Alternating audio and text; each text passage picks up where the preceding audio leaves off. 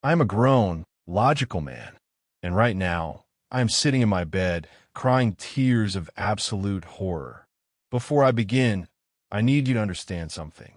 What you are about to hear is completely, undeniably true. I wish it weren't. God, I wish it weren't.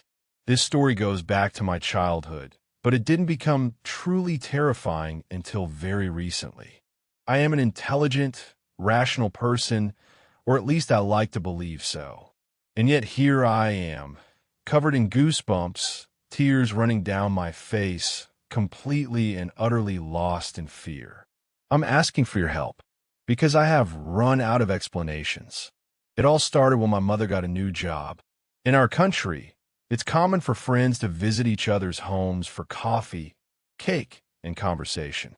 A few weeks into her new position, my mom befriended a woman named Rose. She would come by our house maybe twice a week, and they'd sit on the balcony, talking for hours. Rose was an attractive woman, about 5'6", slender, with long black hair and pearly white teeth. She had a certain elegance about her.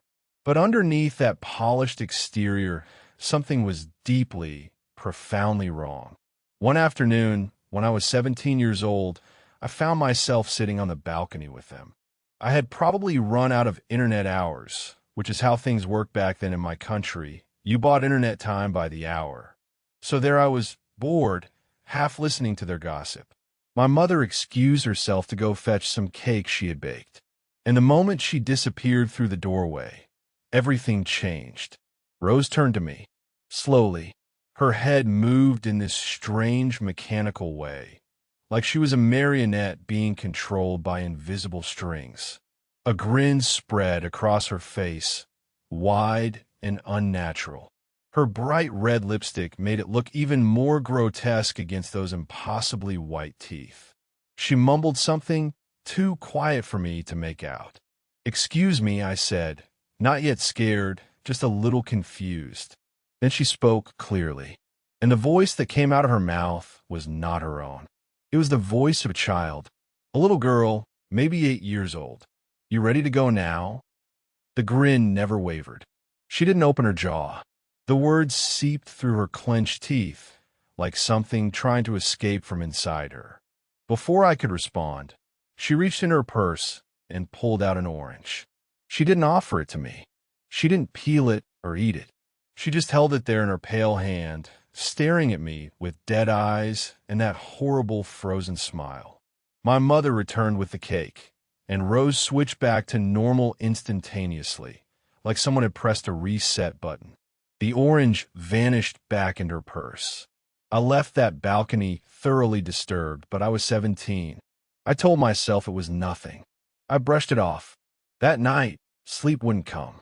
My bedroom window sits about 5 feet off the ground, and I couldn't stop looking at it. Every few minutes, I'd roll over and check, dreading what I might find staring back at me. Hours dragged by. Exhaustion was finally pulling me under when I decided to look one final time. And there she was, Rose, standing outside my window at 4 in the morning. The moonlight was bright enough to illuminate every detail. The same frozen grin, the same blood-red lipstick, those teeth glowing white in the darkness. She was just standing there, perfectly still, staring directly into my eyes. I have never known fear like that moment. True, bone-deep, paralyzing terror. My mouth went completely dry. Goosebumps erupted across every inch of my skin. The temperature in the room seemed to plummet. I couldn't move. I couldn't scream. I couldn't do anything except lie there, locked in her gaze. After what felt like an eternity, I forced my body to move. I started walking toward the door. Her head followed me. Slowly, mechanically, that puppet-like motion tracking me across the room while the grin never changed. For reasons I still cannot explain, I decided to approach the window instead. I took 2 steps forward, and then she moved. Her hand rose from her side with that same terrible slowness, and she pulled the orange from her purse. I opened the window about 10 inches. Rose began to bend down, every movement calculated and mechanical, lowering her face to the opening. Her head pushed through the gap. "You go with me now?" That child's voice, whispering through clenched teeth.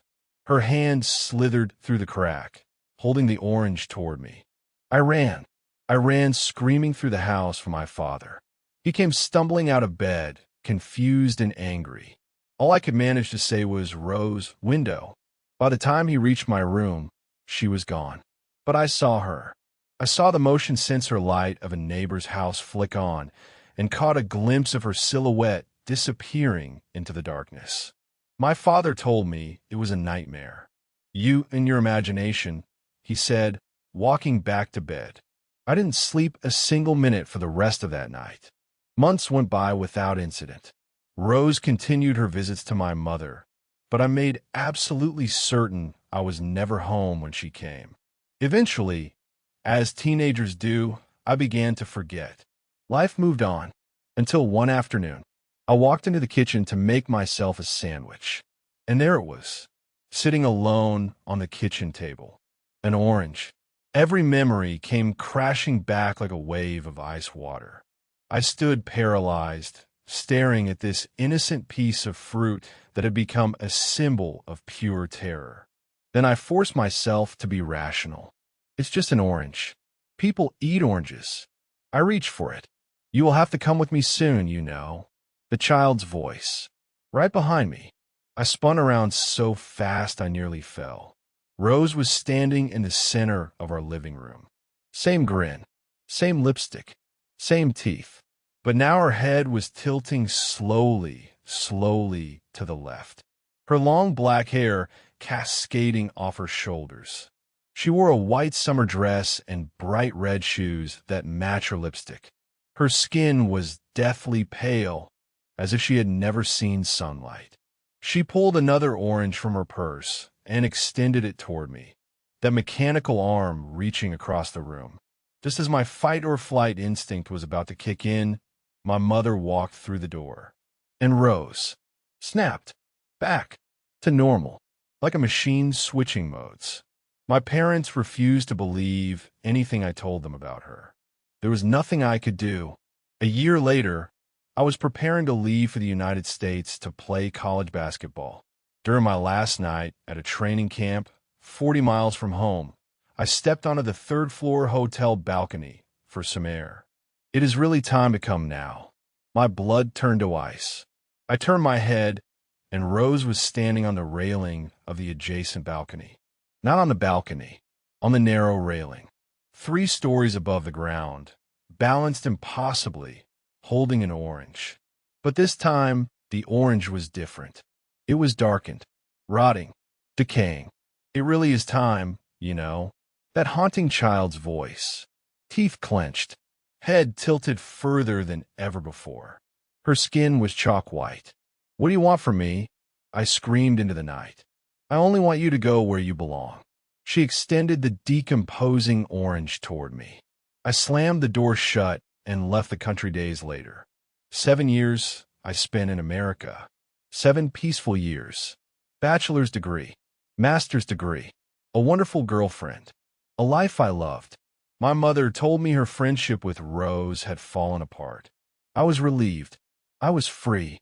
Until last Friday, I was standing in line for the new iPhone release. About 50 people, 4 hours in the rain. The doors opened. We started moving forward. I looked across the street, and I stopped. People slammed into my back. Voices complained. But everything had become distant, muffled, irrelevant. Because across the street, through the rain, I could see a woman in a white dress. Head tilted to the side, holding something orange. Even from that distance, the red lipstick was unmistakable. That grin was unmistakable. Someone pushed from behind, and I fell to the ground. When I looked up, she was gone.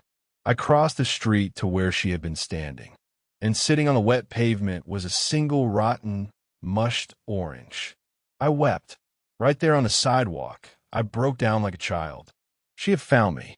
Across 7,000 miles of ocean. Across 7 years of building a new life. She had found me. I spent hours telling myself it was impossible. The rain, the lack of sleep. My mind playing tricks. I almost believed it. Almost. Then today, a letter arrived. No return address. Inside was a Polaroid photograph. The picture showed me standing in that line last Friday. It was taken from behind me at the exact moment I was looking across the street. I could see the horror captured on my own face. On the back of the photograph, in handwritten black ink, were 4 words. You come with me. Now. I collapsed onto the bed and cried harder than I have ever cried in my entire life.